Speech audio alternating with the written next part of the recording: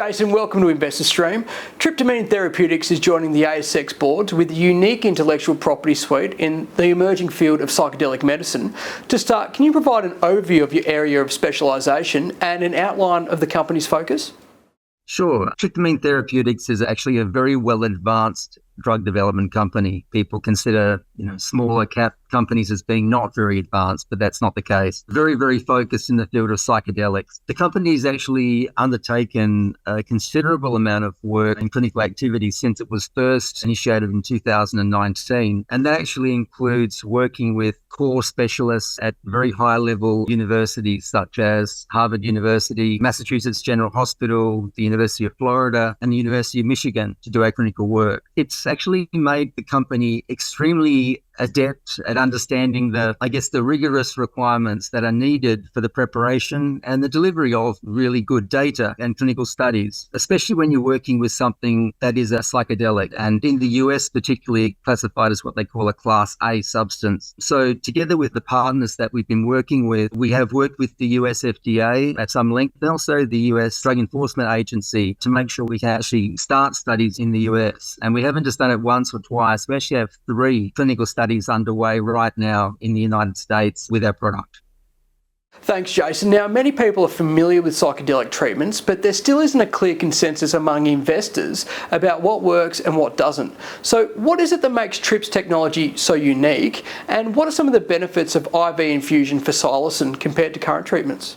Yeah, there are many different companies working in this area, many different clinical and also maturity stages. I think it's important to say maturity because there are so few psychedelic companies today that have significant pharmaceutical knowledge. In my case, it's 3 decades of experience in this area. But from the available psychedelics that are available in the world today, the Tryptamine team really believes that psilocybin and its metabolite psilocin are the most effective of those possible agents. There's a number of reasons why we so like those products. The first is they're non-addictive, which is also obviously really important, and they're also extremely safe in terms of being used correctly. Now, they must be used correctly by a physician. But the unique advantage of tryptamine itself is the delivery of the medicine psilocin. It is through a very unique and proprietary method, which is an IV dose, which takes a 2-hour period to get completed. Not only does IV infused psilocin provide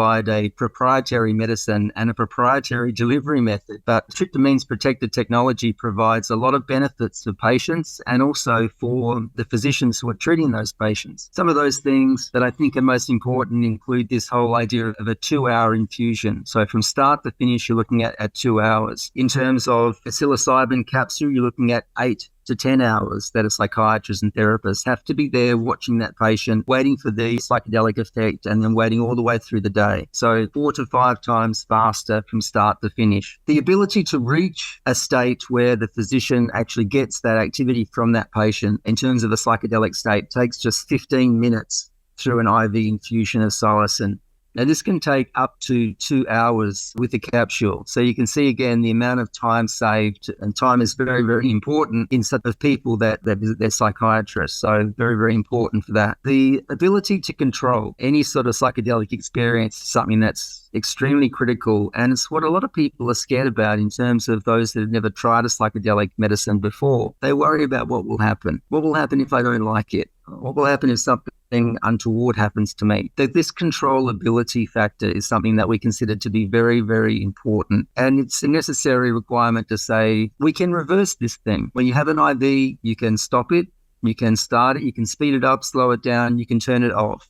So the ability to reverse the psychedelic experience is there, which makes people undertaking therapy really comfortable about taking therapy because they know their psychiatrist is in complete control of their experience. You cannot turn off the capsule. It just can't happen. So their controllability is important. The ability to know the exact blood levels of drug within a patient is something that really doesn't get measured. And in fact, using a regular standard of care, which is an oral psilocybin capsule, you can get a 4-fold difference in the actual amount of drug that circulates through the body because of the way it's metabolized, which is through the liver. By removing that factor and by using an IV infusion, you can measure an exact blood dose and make sure that every patient is treated in a very bespoke, precise way. And precision technology is very, very important in the area of psychedelics to make people feel comfortable about it, and obviously to make maximum use of the psychiatrist's time in treating patients. But finally, the focus areas that we've chosen initially, which is, there are three. Binge eating disorder is one, fibromyalgia, which is a subset of chronic pain,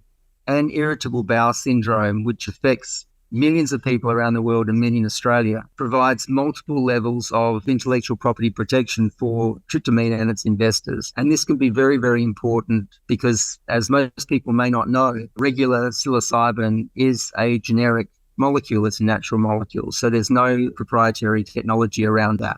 So we built these three layers of protection with our product, its delivery, and in the disorders that we're looking to treat, which is really great for patients and for physicians.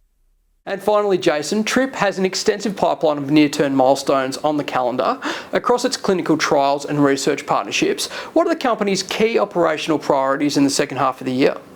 I think in answering that question, the first thing I'd like to tell investors is that the simple fact is that most of the investments that people make in small cap stocks is made in lightweights. And that means they're asking investors to fund their idea, fund their dream, believe in their plan, and stay aligned with them to the bitter end and or the next capital raise, whichever one comes first. And sometimes they happen at the same time. The thing about an investment in tryptamine provides investors with an understanding that we've been doing this for 4 years. We have multiple trials in the US. We do not fear the FDA. We do not fear the DEA. We have collaborative conversations with Harvard University and multitude of experts in the field, including Professor Robin Carhart-Harris, who is the head of our scientific advisory board and known as the scientist with the most expertise in psychedelics in the last 30 years. So an investment in tryptamine allows that to happen prior to listing. We've also developed a really robust set of